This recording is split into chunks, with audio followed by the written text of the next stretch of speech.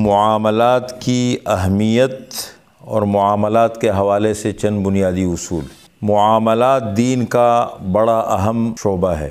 دین کے 5 شعبے ہیں۔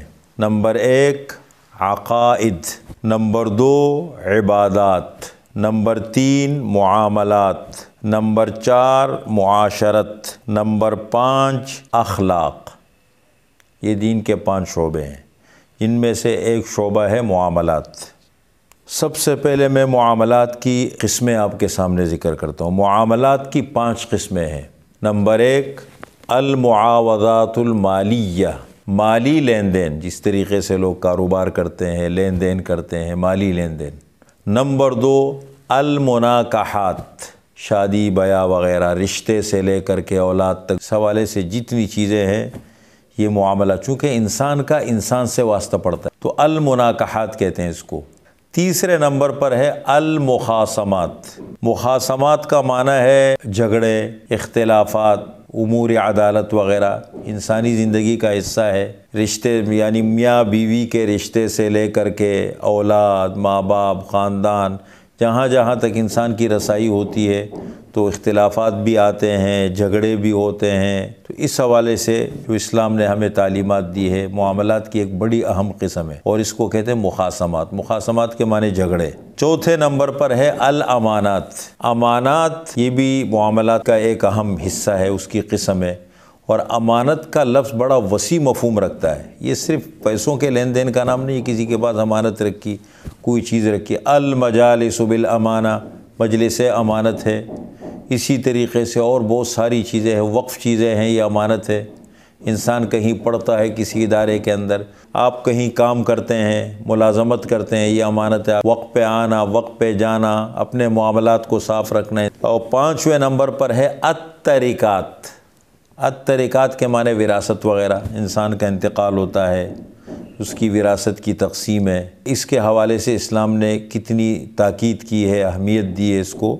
پھر کچھ چیزیں قابل وصیت ہوتی ہے، تو یہ بھی معاملات کی ایک اہم قسم ہے۔ یہ 5 قسمیں میں نے معاملات کی ذکر کی۔ المعاوضات المالیہ، مالی لین دین، المناکحات، شادی بیاہ وغیرہ، المخاصمات، اختلافات، جھگڑے وغیرہ، امور عدالت وغیرہ، الامانات، امانتیں، الترکات، وراثت وغیرہ۔ اب مجھے انتہائی مختصر گفتگو کرنی ہے معاملات کی اہمیت پر۔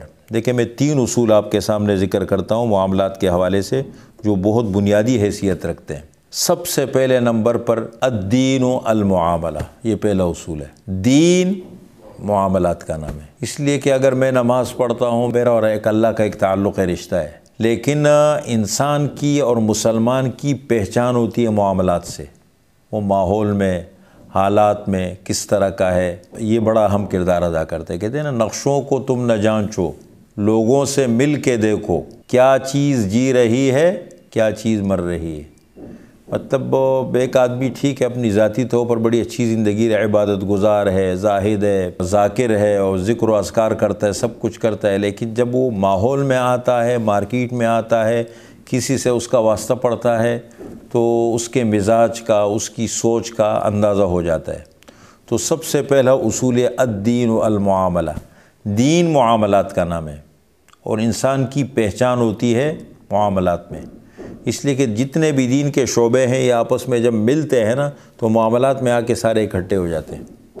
دوسرے نمبر پر دوسرا اصول یہ ہے کہ تعاشروا کالاخوان وتعاملوا کالاجانب، بھائیوں کی طرح رہو، لین دین اجنبیوں کی طرح کرو۔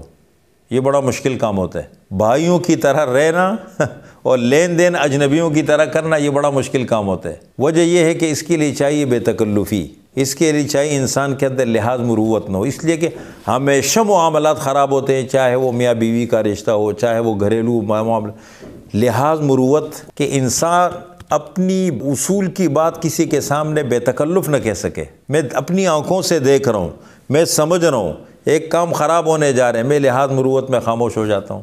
کسی کے ساتھ معاملہ کرنے جا رہا ہوں، کہہ نہیں پاتا ہوں اس کو کہ لکھو اس کو۔ سب سے بڑی آیت قرآن کریم کی سورہ بقرہ کی آیت نمبر 282، وہ ہے معاملات پر، اس کا نام ہے آیت مداینہ، لین دین، ادھار وغیرہ، خصوصاً جب ادھار کا لین دین ہو تو ایک تو لحاظ مروت کی وجہ سے معاملات بہت خراب ہوتے ہیں، اس میں بسا اوقات شروع میں تو انسان بڑا خوش ہوتا ہے، بڑی محبت ہے، ہنس بھی رہے ہیں، کام بھی کر رہے ہیں، بڑی محبتوں کی مثالیں بھی دے رہے ہیں، میرا دوست ہے، سب ہے، لیکن جب جھٹکا لگتا ہے نا تو پھر اس وقت حقائق سامنے کھلتے ہیں۔ اور دوسرے نمبر پر ہے ہر ایسا معاملہ جو بدگمانی پیدا کرے۔ تیسرا اصول میں بتا رہا ہوں، فقہ میں یہ اصول لکھا ہے، وَلَا شَكَّ أَنَّ كُلَّ مَا أَفْضَى إِلَى النِّزَاعِ وَالضَّرَرِ مَمْنُوعٌ شَرْعًا، ہر ایسا معاملہ جس میں جھگڑے اور نقصان کا اندیشہ ہو شرعاً منع ہے۔ پہلے سے معاملات کو واضح کر لو، لکھت پڑھت کی ضرورت پڑے لکھو اس کو، ویسے واضح کرنے کی ضرورت پڑے اس کو واضح کر دو۔ بہت انسان عافیت میں رہتے ہے مشکل ہے، کڑوا کہتے ہیں نا، صبر ہے کڑوا لیکن اس کا پھل بڑا میٹھا ہوتا ہے۔ اسی طریقے سے یہ جو معاملات ہیں بظاہر تھوڑا مشکل ہوتا ہے، کون کرے، اور پھر آج کل کے معاملات تو چونکہ بہت جذباتی اور جلد بازی والے ہو گئے، اب انسان کہتے ہیں کون لکھ کے کیوں لکھ کے، پارٹی نہ نکل جائے، فلاں کام نہ ہو جائے، کوئی اور نہ پکڑ لے، تو اس سے معاملات خراب ہوتے۔